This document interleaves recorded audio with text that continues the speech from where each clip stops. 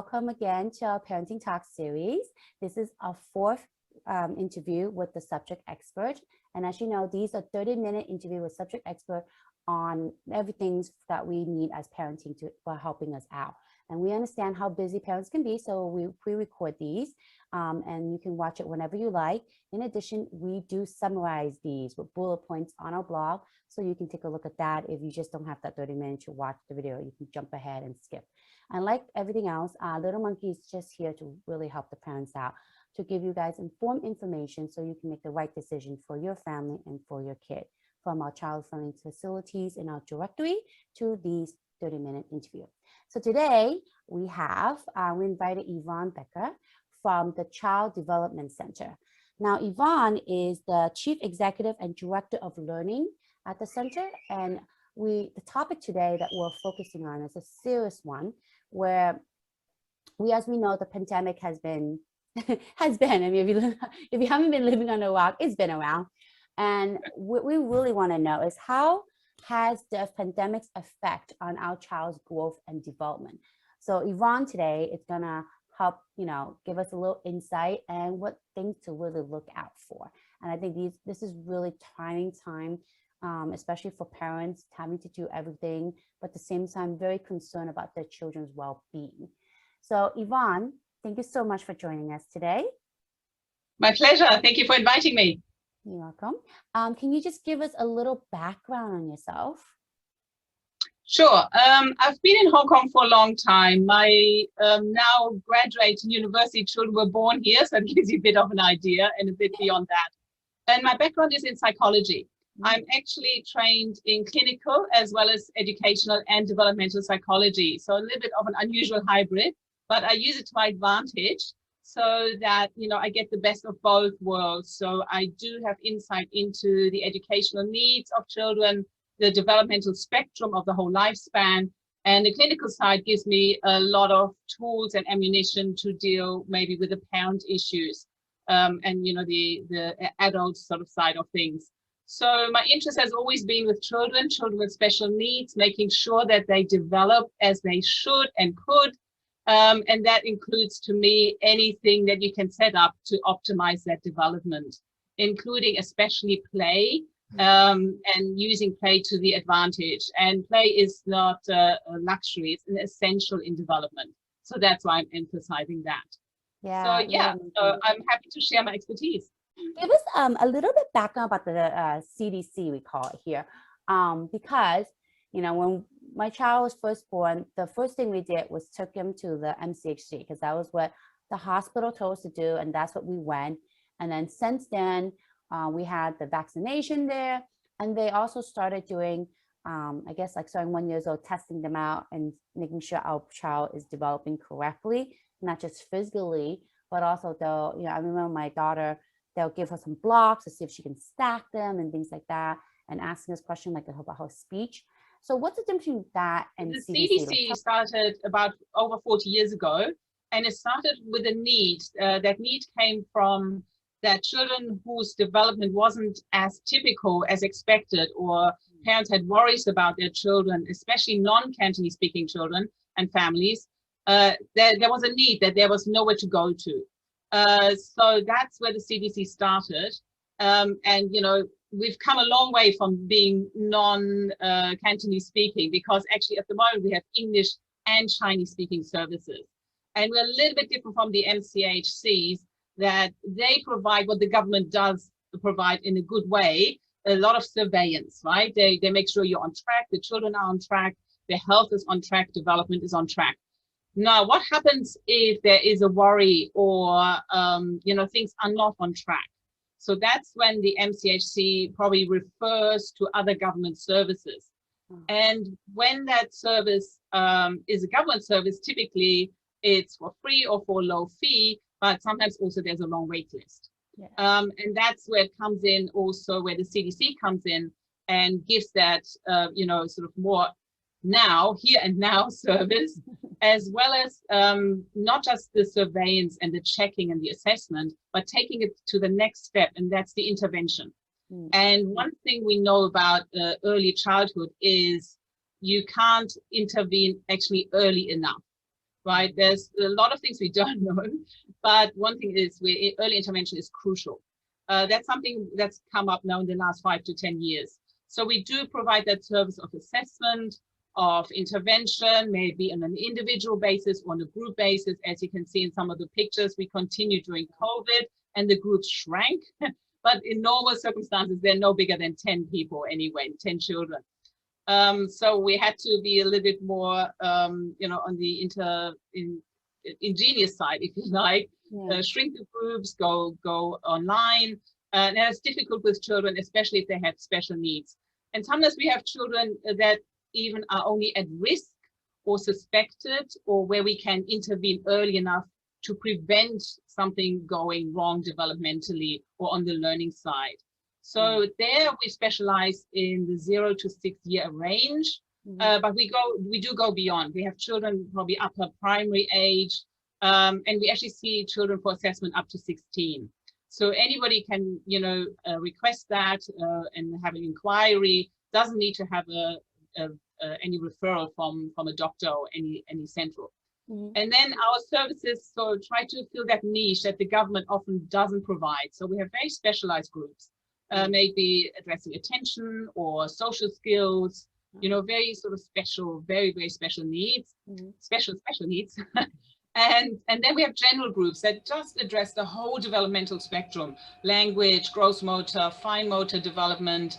And then we do that on a non-subvented side, but also on a subvented side. So we do get children referred from the government, but those children who are not on the government list, then we have our own groups as well. So we really try to, have a spectrum of services that ensure that the children are developing, families have a resource, we have parenting skills classes. So there's that whole spectrum of setting up the child, every individual child, on their path to good learning and good development.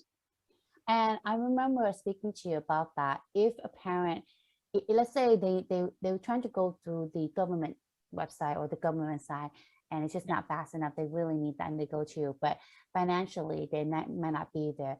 The CDC does offer scholarships as well, right? Yes, we do. Of course, we have to check, we have to do our, due diligence. But yes, we have families, and currently it's that's even increased. That families who cannot afford the services, we're happy to support. Especially during COVID, we've seen, parents losing their jobs or a decreased salary. So that should not impact a child's development, and that's important. Let's get down to the main crux of this whole conversation. This pandemic, oh my gosh. The effect of this pandemic on our child's growth and development. All right. So can you just give me overall, regardless of what age the child is, from like newborn to, let's say the child is 10, 11, what is the CDC seeing? What are you seeing in terms of the issues that's arising because of this pandemic? Let's put that into context. See how the pandemic has affected us. It has, I think, limited the opportunity for everybody and anybody to experience life as it should be, no matter what your age. And there's a lack of diversity and opportunity. So translate that into the impact on children. That means they have less physical outlets, and that impacts your, what we call motor development, right? Gross motor, especially balancing, running, kicking, catching a ball, all that sort of stuff is important. So that's one impact area. Another area you need to look at is the language stimulation and the richness of language stimulation. It might be rich within a family, but not having contact to other groups or other individuals is actually curbing that opportunity of language enrichment. And expressing yourself, learning to express yourself in longer and longer sentences, listening. Because after a while, when you listen to the same people, it's the same style, it's the same vocabulary. That's why it's really important to have that really wide range of opportunity and be enriched. And that, of course, links also into the social settings. Social settings have been extremely curbed by the pandemic. And clearly it has an impact on adults, and for children who are still developing, the impact is huge. So we are watching it with sort of, with curiosity, I would say. to see where this happens, because the social setting is something that is really experienced through life experience and is learned and practiced. So all of these areas, language, physical, social, there is less room for practice and less room for diversity. That means there is going to be a limitation. And very likely there is a delay. And we do see more and more children actually who seem delayed, where we have to distinguish. A delay is either inborn because your system, you know, you have an inborn developmental delay, but this one is a pandemic created delay, where literally the children haven't had those opportunities I just mentioned. And that means they haven't had practice. And that's why they seem doing things that they should have done at a younger age, actually. So yes, they are struggling a little bit. And we see things where it depends. So if you have had normal development before the pandemic, you could now be a little bit behind some of those skills because you didn't have practice. If you've already been fragile before the pandemic or already had some delay, we now see that widening, right? So the fragile and vulnerable children are actually impacted even worse. And also their sort of their projection of catching up is less positive than, say, for a child who's been developing normally. With a bit of increase of opportunity, then those children who've been developing typically will catch up, very likely. And we have to calm ourselves down. We have to say their experience is different. It may not necessarily be worse, but it's different. And we have to be realistic. And yes, it's been a little bit more hampered, you know, less wide richness of opportunity. And so what we're also seeing there is that parents' anxiety has increased. A lot of children come in and the parents are a lot more anxious, saying, what's happening to my child? Is my child actually delayed, or am I seeing just a temporary glitch, right, because of the pandemic? And so we do need to check that out very carefully. Look at it from a positive side. People have become more sensitive to it. People have become more alert, and also because maybe they've been at home more, less so now, but the children were at home, adults were at home, staying, you know, everything was focused being at home. I think that parents have had more exposure to their children, and not being an expert in development, in children's development, can create anxiety when you don't, you know, see it happening fast enough, or you think it should be happening faster. So we do see a few false delays, so to speak, where it's good to just reassure the parent and say, hey, it's just a temporary glitch, just, you know, do this and that, and then I'm sure your child will catch up. But it's also good to maybe see the children who might have been overlooked in the first place, parents, you know, a little bit more on the alert and saying, oh, could you check this out? And if we do find a delay, we can do something about it maybe earlier than it would have happened. So there's good and bad. But yeah, and the last thing that's probably we're seeing because of the pandemic is, of course, the increased use of screens and screen time. And that's a whole new topic. We definitely going to have a topic about that later on as well. We'll get into that one. And there's a lot, you can imagine, there's a lot of questions. What's healthy? What's not healthy? How can I give in if I actually don't want to give in, you know, and all that sort of thing. So again, there's some pluses and minuses on that side, but overall the pandemic has changed things dramatically, and the concern is that is there enough stimulation for the children that hopefully hasn't impacted development, but we do see some impacts. And the long-term impacts we can only guess at the moment. But we're starting to see children, especially of any age, where social anxiety has increased. We're seeing more children where the parents come in and say, my child doesn't want to go outside. My child becomes extremely anxious in groups outside the family, even extending it to the school or kindergarten environment.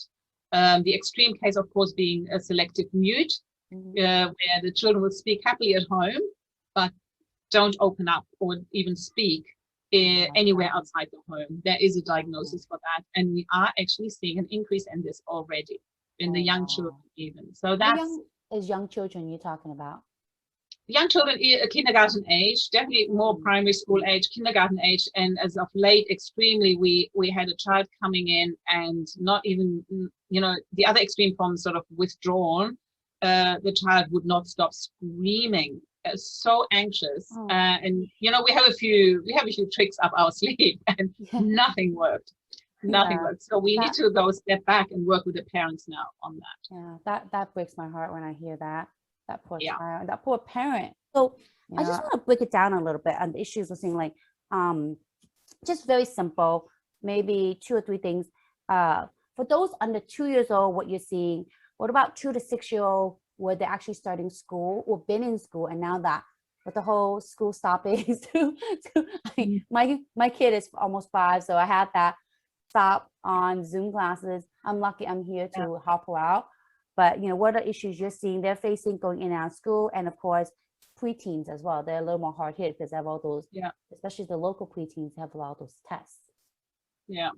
So the under 2s, and this goes for pandemic or no pandemic, but of course, in the pandemic, especially, you think maybe, they don't notice it, they're too young to notice. What they notice, though, is the home environment.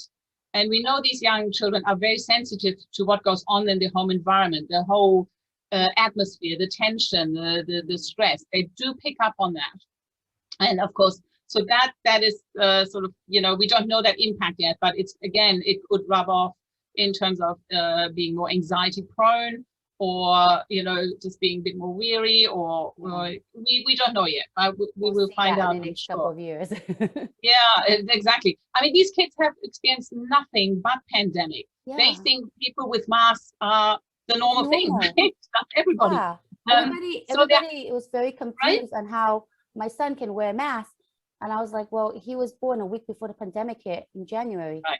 So all he saw was people in masks. He sees us coming home in masks. So he put a mask on going on. He's like, okay. He's okay with it. And that's okay. And they think that's okay. That's just how the world is. What they don't get is reading facial expressions, maybe, right? And that's something they don't get to practice. So that's going to be interesting.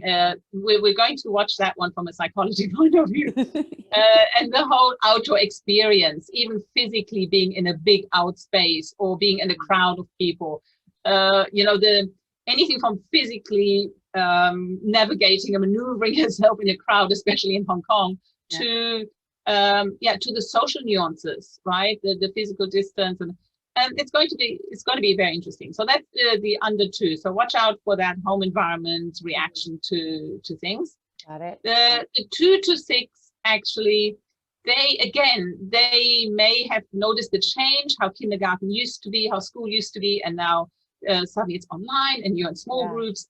And interestingly, there's new studies coming out now that actually these children showing good resilience, and they're showing some life skills in terms of some teachers telling them, if you ever struggle in life, just think back that you were the first who survived or who experienced online teaching in kindergarten, right? This is the first generation. So people are translating that into something positive. And that's really, really cool to see. But as I said earlier, the anxiety is noticeable. It's creeping in.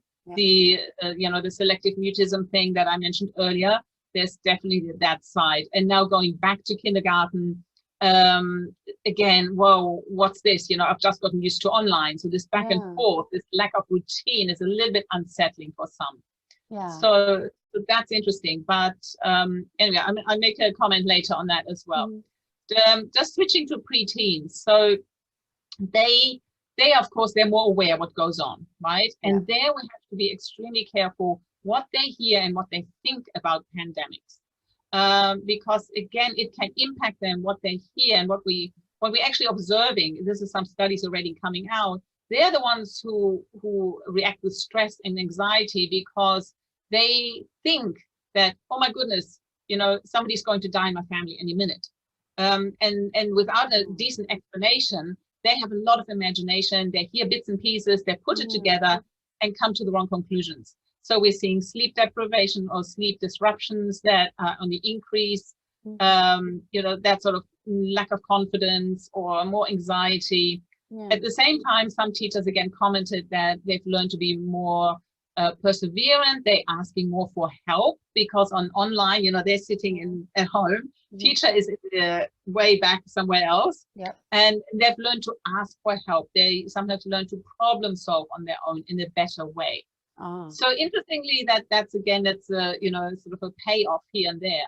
But what we are now concluding basically is not so much what is happening to them. We can't stop it. It's happening, but how we react to it, how we as adults react to it, and help the children navigate through this time. That makes a difference. That makes a difference. A teacher who says, wow, you kids, you're the first ones. Wow, congrats, you did it, even though you're kindergarten age.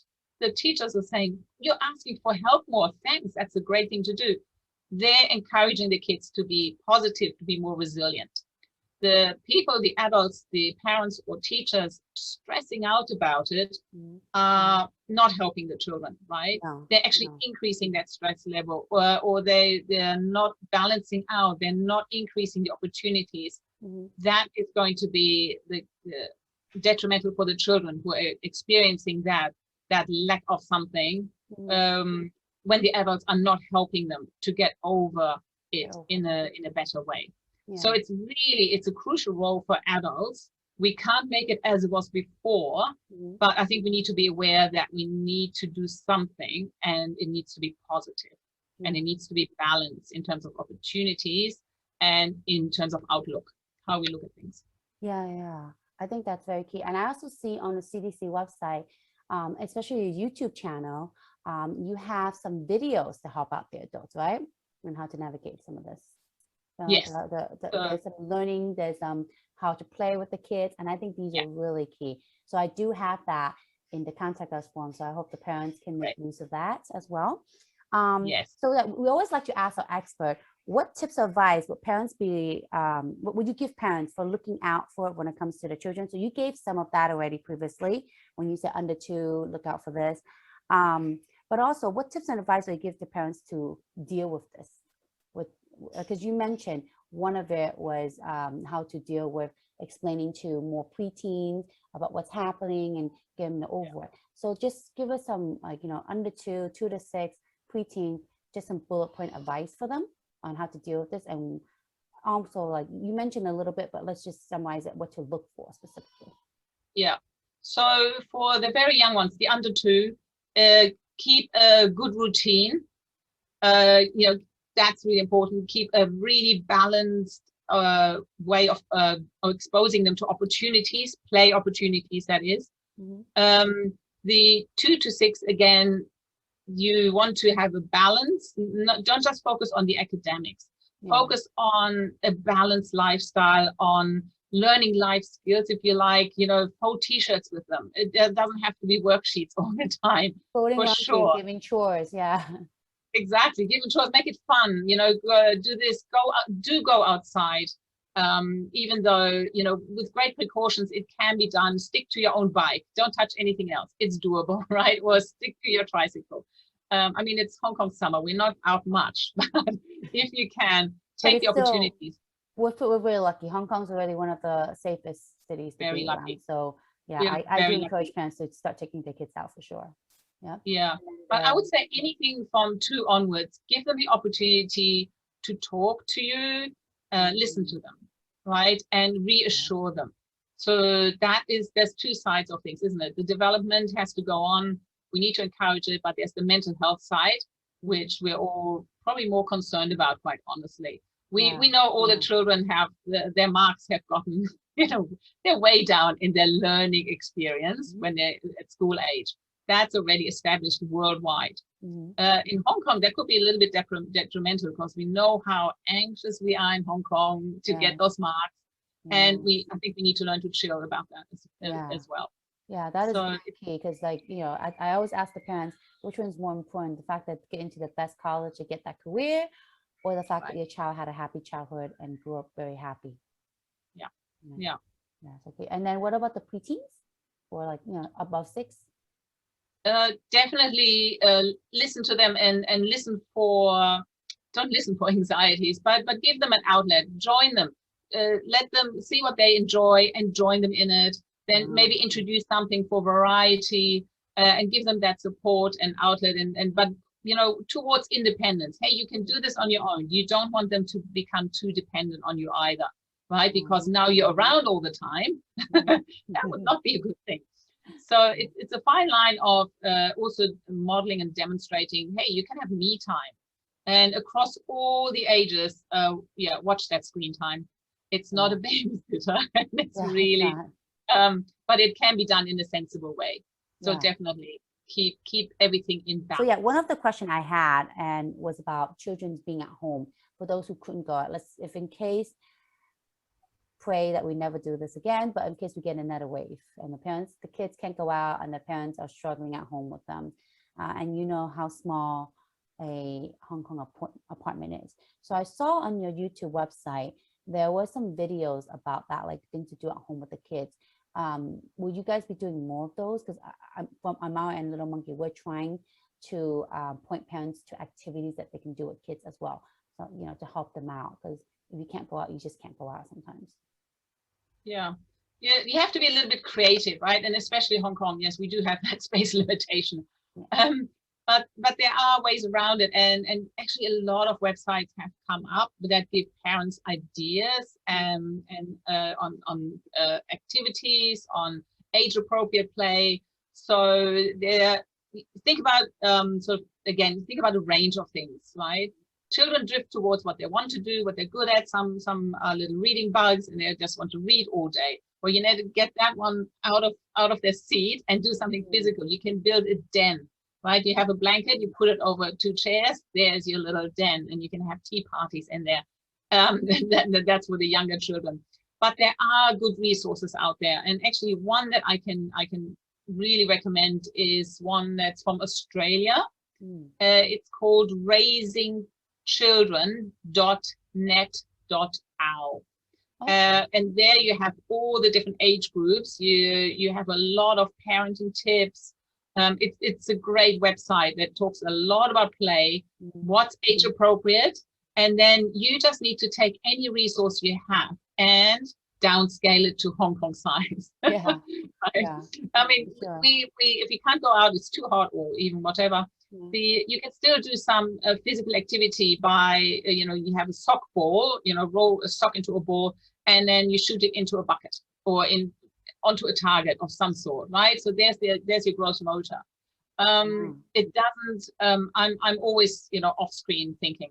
So you could be looking outside the window if you have a street view, and tell me how many cars you see in red color, right? So that's the little thing that occupies them. Play-Doh, homemade Play-Doh is a wonderful opportunity for children just to occupy themselves. Fine motor is in there, creativity is in there.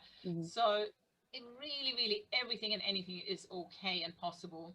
Follow your child's lead, and then balance it out with something else, and engage and participate. And that's what most kids like. It doesn't matter if what it is, but the engagement. At the same time, like you said, my children have lots of opportunity just also to engage themselves and just play by themselves. They need to learn to also occupy themselves. It's a good learning opportunity as well. Mommy and daddy are not there.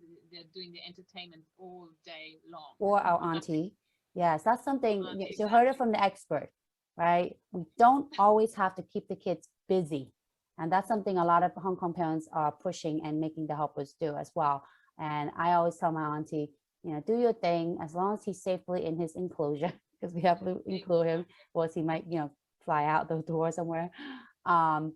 Just, let them play themselves, they learn. So it's really also funny when my daughter, who's almost 5, tells me, I'm bored. Well, every single time you say I'm bored, I'm just going to take away one of your toys. You have so many toys and you're bored, then I guess they're not useful anymore. And then, after a while, she stops.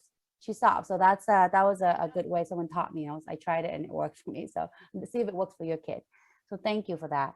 And so coming from an expert's mouth, let them play at home, Play-Doh, those things, it works. It works. Even though they might be bored after 30, 40 minutes, that 30, 40 minutes of play is really good for the fine motor and for the brain development as well.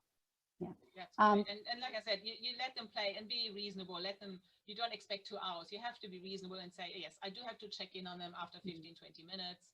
Or, you know, when they come say, I'm bored, you just say, okay, let's think together what you might do, but then you go and choose what you want to do. Yvonne, there was recently a news article for the South China Morning Post to talk about how older kids, the 10 plus, I think they were more focusing on the 10 around that age, and how they're the most unhealthy and unhappy children in Hong Kong. What is the CDC take, or what is your take on that? It's very difficult. I mean, there's always these reports, right? And there will always be children like that. But I think we need to take it seriously, and we can do things as adults. We do need to take this seriously and think about it. How can we support these children? And I think of 2 ways usually. One is modeling. Modeling in the sense of show the children how you as an adult are coping with stress and anxiety. And you need to make it explicit. So when something stresses you out, and say some typical scenario of running late, or you left something behind at home, you know, things that stress people out, and you could react in different ways. Think about how you react as an adult. Are you ranting? Are you chanting? Or are you catastrophizing? Think it's the worst thing that's ever happened to me. You know, rather than staying calm and going, oh, I didn't need that, but let's see what I can do. You know, and stay calm, talk through it, and literally show the children how it's possible to cope with a stressful situation. So I think that modeling is very powerful, especially coming from parents, rather than sitting down and talking about it and saying, this is what you should do, but then maybe your demonstration is completely the opposite, right? Yeah, especially for older kids, they're smart. They're not gonna, they're like, you're saying all this, but you're not showing me that you're following your, they'll probably call you out on it. That's the thing. Exactly. So do as you want them to react. Think about it, observe yourself, and then you can probably demo it in the best way possible, right? So that can help children cope, or young adults, whatever, young teens cope and see, oh, okay, this is okay. I can, you know, I can stay calm and I can think about how to solve the problem rather than let the emotions take over. That's usually the case, isn't it? Yeah. The other thing is to be there for them and to be open. And with children, that's tricky. You can't sit them down and say, no, tell me what bothers you, you know, and we're going to fix it. You can try. You can definitely try. Good try, but no. They'll be like, what's bothering me is I didn't get the newest game. Or I didn't get to go somewhere. That's no, not the actual problem, but yeah. It doesn't work. So, of course, you deal with it at the time, and you know, you need to get things done, and different people deal with it different ways. And it's another topic about behavior management. But I think I'm more thinking of it along the lines, because sometimes behaviors come up because of anxiety issues, right? Sometimes we touched on this earlier, especially currently as a reaction to the pandemic. So find a time where everybody is relaxed. I think that would be a good time. Sometimes it's around meals, sometimes it's not. Sometimes it's like having a one-on-one with your child. Bedtime, just before bedtime can be. So something that's fun and relaxing, and you just bring it up and watch your tone. Very important, not to say, no, tell me, come on, you know, I've got 5 minutes. That's not funny. So you need to say, kind of say, you know, kind of casual, cool, and you can say things like, oh, I've heard people talk about the pandemic, or I've heard, you know, somebody was really upset at your school, or, you know, something that's concrete that gives the child an idea what you want to talk about, rather than saying what bothers you. So sometimes you have to go the long way around and do you know, or when there's been trouble, there's a lot of resilience or rejection rather from the children saying, I don't want to do this. I don't, you know why I had to stop you from doing this? Or do you know why we have to do la, la, la? Yeah. Right. And then see what they say and their understanding, and please don't laugh at them if they come up with something silly or trivial or something, because that's hard sometimes. So you go, oh, that's interesting. But you hear why they and how they think about something. And that's really important information, I think, because then you can go in and say, well, not just, do you understand why I had to stop you from doing this? Do you understand why you can't visit your friends at the moment? Why we can't have play dates? I know it's hard, so a little bit of empathy there. I know it's hard, but you know, this is what we do, and let's think about it. So the next step is looking forward, looking to find a solution together. So when this happens next time, or what do you think we can do in the future? And you need to scale that up and down according to the child's age. But that shows that you're empathetic, that you're supporting, that you're listening. Everybody's saying, oh, parents should listen, right? But you have to do it in the right way, in the child's way. They're not going to adapt to you. That we have to adapt to them. And I think, so these two things, modeling and supporting by even just being there, even if they don't open up. You know, you have another attempt of this a few days later or whenever, you're leaving that door open. And you start doing this from a very young age, because at the beginning it's trivial, right? It's little things. Oh, he shouted at me, or he called me a name, and you know, and these are big things for children. So that's what I said, don't trivialize. That's the same thing with my daughter. So right now, at almost 5, we started at around 3 or something. We will talk to her at nighttime, right before bed, in bed, after reading a story, something. We'll ask her what happened today. You were frustrated because your brother took your toy, but you also have to understand he doesn't understand what he's doing. He's also a baby. He just grabs. Right. So we talked about that. But I think for the older kids, you know, I don't, if you can still read to them in bed, you know, that'd be great. But I think more like when you're taking a stroll with them outside, just having a chat. Because with younger kids, you can't do anything outside. You can't talk to them outside. Their focus is like, I want to run there. I see that. Da, da, da. Like, it's exactly. So I find bedtime is the best time to talk to younger kids, especially. So and you built a great foundation, and hopefully it will carry you through to the teenage years when they feel, mom is there to open it. You won't tuck them into bed. You won't talk then. But I think if you've done that, you've built a really good foundation for future talks with when there's trouble, and that's what you want. I think the hardest part is finding the time for it. Like at nighttime, my husband and I both usually have to get back on our computer right after we put the kids to bed. So sometimes we're like, oh God, okay, I gotta finish reading this. And we have to keep reminding ourselves, these are the precious time. We really have to do this time with them. Not like, yes, even though I spent the whole day with them, taking them out or going somewhere with them, I still have to spend this, 15, 20 minutes, just be there with them, to talk to them and to do the reading. It's just crucial. You know, we just have to, you know, keep reminding ourselves. And that's hard for a lot of parents. I know some parents are like, really, do I really have to do that?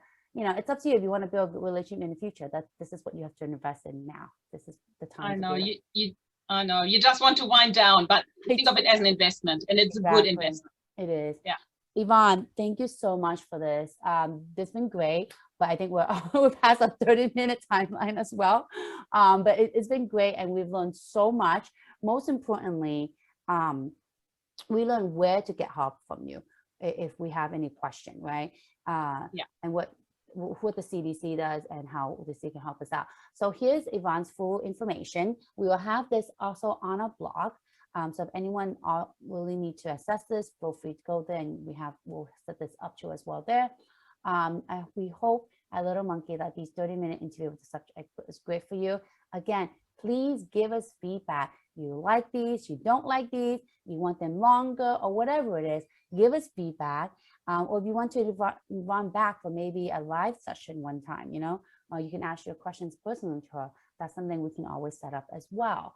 Our next topic, just for your information, it's going to be about music, how music is literally the foundation of every child's learning, and how it's very key to introduce music from just being pregnant, introducing to them in the womb, to when they're little, just a baby sitting there. You don't think music's important, but just having music around them, it's very key to and how they learn in the future. So we hope that will be helpful for you as well. In the meantime, feel free to read our blog, because every other week we will come out with a blog on the topics, parenting topics from our local blogger, Scarlett, on things that the local community is also looking at and concerned about as well. So thank you so much for your time. And Yvonne, thank you for your time as well. Yeah, bye. Hope you have a good day. Thank you. Bye.